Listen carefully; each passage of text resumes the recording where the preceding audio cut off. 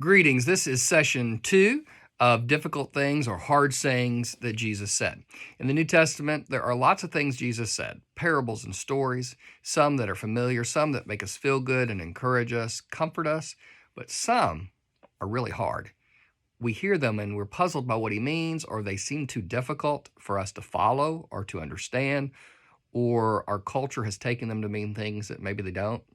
So this is session 2. You can go back on YouTube and watch session 1. I'm going to try to keep this shorter than last week. My goal is to keep these under 10 minutes or even less. So we'll see how it goes. All right, so today I'm going to do turn the other cheek. We've all heard it said, turn the other cheek, turn the other cheek. Some think that means that if someone hurts you, you just got to let them. You can't defend yourself. You got to ignore it. So what's it about turning the other cheek? Okay, so it's found in Matthew chapter 5, and you will find it in verses 38 through 42. Now, quick background. There are 4 Gospels. Matthew is the Gospel that contains the Sermon on the Mount. You'll find a version of that in Luke, but Matthew contains Matthew 5, 6, and 7, which is the fuller, more familiar and rich version of that I really appreciate. It's my favorite chapters. It's Jesus' teaching. It's like his greatest hits, and there's lots of stuff in there. And nestled in that is this eye for an eye discussion. Now, let me read it to you in its entirety. Again, one of the keys to doing this is to not just read the sentence, turn the other cheek, but to read it nestled within the entire context. So here we go. You've heard that it was said, eye for an eye and tooth for tooth. But I tell you, do not resist an evil person. If someone strikes you on the right cheek, turn to him the other also. And if someone wants to sue you and take your tunic, let him have your cloak as well. If anyone forces you to go 1 mile, go with him 2 miles. Give to the one who asks you, and do not turn away from the one who wants to borrow from you. Now, Jesus is never easy. He paints some big pictures, and he challenges us. But in kingdom living, he gives us some strong words here. So let's talk about it. What is he saying? First off, the way we tend to think is one-on-one, tooth and tooth, eye and eye, claw and claw. We always think, you do it to me, I'll do it back. That's kind of the human nature. And how's it working? How's it working in our culture? You get me, I get you. You attack me, I attack you. You say bad things about me, I say bad things about you. You post something about me, I'll post it about you. In reality, it doesn't work at all. So Jesus is calling us to higher ethic.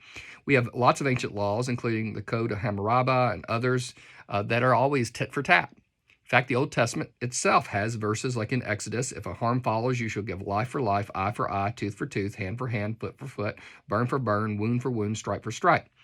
So it comes from the Old Testament, which Jesus loved, which we as Christians read and study as well. So what do we do with this? Well, first off, Jesus said, you've heard it from that. You've heard the Hebrew Bible. You've heard tooth for tooth. Okay. So first off, what was it about? Well, it was actually a good thing, and it was actually a progressive way of looking at life. Because in the ancient world, if you hurt me, the other tribe would not only hurt me back, but hurt all of my family. They would extend the attack. Generally, if I insult you, then you attack everybody I know. I hurt your house, you burn my village down.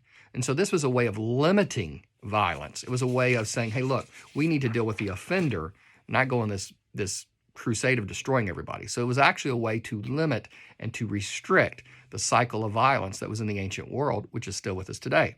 But it also was never about the private person. It wasn't about me deciding, at least not in the Old Testament.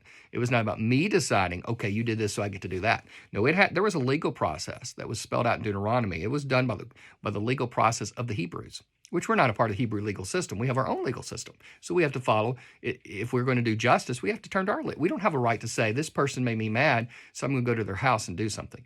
So it needed to have a legal be done in a legal framework, and so a judge would decide. And also, it was never done literally. It wasn't like the judge brought somebody out and said, now punch him because he punched you. It quickly became fining and penalties and punishments, and we see those written down in the Bible and other places, but what it was basically saying is if you do something, there's a consequence. You commit a crime, there's a consequence to it. And we all agree with that. So that's really how it really played out. And of course, the Old Testament isn't all just tooth for tooth. There are many passages in the Bible that tell us to love our enemies. And even in the Old Testament, there are passages of saying, in Proverbs 25, it says, if your enemy is hungry, give him bread to eat. And if he is thirsty, give him water to drink. So God was a God of mercy always. It's not that there's an Old Testament God and a New Testament God. God was always a God of mercy, but we're confusing the legal system of the Hebrews, which was struggling to keep them civilized and to not fall into anarchy like the other nations. We confuse that so often with God being mean. And God is not mean, God is just. And so that was their justice system. So then we come to the New Testament, and Jesus is asked about this, and he takes it a little further because, he's the one that says if you have hate in your heart, it could lead to murder. If you have lust in your heart, it could lead to adultery. And so he gives you some examples. He says, if someone strikes your cheek, your right cheek, give them the other one also. Now, if I'm standing and facing you, and I'm right-handed, and I slap you, and you're standing there, I'm going to slap you or punch you, and we think it's an act of violence. But probably what they're talking about here is a slap. And if I hit your right cheek, that would be this cheek over here. So if I'm going to slap you, I would have to turn and slap here, which is kind of problematic. So I'd have to hit. So what it is, it's a backhanded slap. It's not a punch. It's not even this, because it's this side of your face. So it's a backhanded, which is an insult slap. So it's not done to physically hurt you. The kind of slap they're talking about here has nothing to do with pain. It is about insult. So what he's saying is, if somebody insults you, let me make it 21st century. If someone goes on social media, on Facebook, and writes a very nasty post about you and calls you every name in the book, guess what? Take the high ground. Don't do that back. In fact, say to them, hey, I'm right here. I love you. If you want to say something bad about me, I'm not going to stop you. That's kind of the equal statement he would be here, is to not turn insult to insult. Because what he's saying is that when we do insult for insult, it leads for insult for insult. It ratchets up. It gets worse and worse and worse, and we have chaos. And he's saying the Christian way is grace. Now, let me quickly add, I don't think it means that if somebody is being cruel or mean, you don't have a right to protect yourself. You don't have to put yourself out there to be hurt. It just means you're not going to do the same nasty thing. My grandparents taught me that. I'm not going to sink to that level. It doesn't mean you can't put boundaries. If someone, when they see you, is always yelling at you and saying bad things to you, you may not want to hang out with them. You may not want to go around them. You may want to distance yourself. If they're violent, you may want a restraining order. You may have to go to the courts. But you're never going to resort to bad behavior to fight bad behavior. That's how I take this.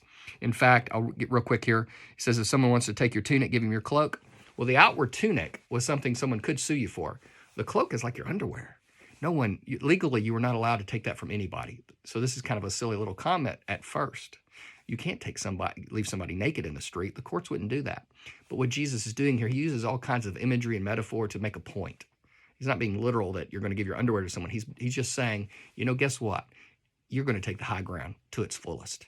You're not going to look for what they deserve. You're not going to look for your rights. You're going to be full of grace and mercy, and you're going to fight hate with love. And I'll say more about that in a second. Finally, he says if a Roman soldier says, you've got to carry my luggage 1 mile, I'll go 2. It means if they say, carry this, you say, okay, but I'll go even further.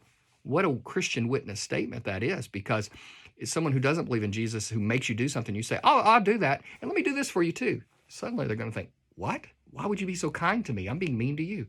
Well, I'm being kind because I believe in God, because I don't mind helping. This isn't about abusing someone. It's just like, you want me to help you? Sure, I'll help you. What Jesus is calling us to is a radical kind of love, a grace that goes beyond anything we can ever imagine. So this is pretty radical. I live in a world like you where I want to get revenge when somebody hurts me. I want to say something mean back when they say something mean to me. But let's review real quick. Taking the high road is the challenge. That revenge doesn't work. Again, the court systems are fine. If you have to go to court, that's fine. Legality matters. And I'm not saying that the Bible is against that. But what I am saying is that you're never going to resort to the bad behavior to fight bad behavior. And in many cases, you're going to seek to do something that will blow people's minds by offering love and grace in a world that doesn't offer it. Bottom line in the last minute I have here before I close is this. What we do is not working. Hate is dangerous. It's too big of a burden to carry. And it's, as the Christian way, we're trying to make the world a better place. Salt and light. We're trying to make things different. I see a very angry world around me. I see a lot of hurt words and a lot of hurt feelings. We have a gospel that wants to give love and grace and a better way forward, because what we do doesn't work. We need what Jesus was wanting us to do, because that works. That changes lives. Dr. Martin Luther King Jr., he used peaceful resistance. Gandhi even borrowed Jesus' concepts of this, because they believe if you stay on the right path, you take the high road, you do love, you show light, that it may not work right away. People may fight it and it may get nasty, but you keep doing the right thing, that eventually love wins. God bless you. Let's close in prayer. Gracious God, I hope this study is helpful to someone today, and I hope it gives strength and encouragement and joy. In the name of the Father, the Son, and the Spirit, we pray. Amen. All right, in a couple of weeks, I'll put out another session. I hope you like these. Please share them, and I hope that they are beneficial. God bless.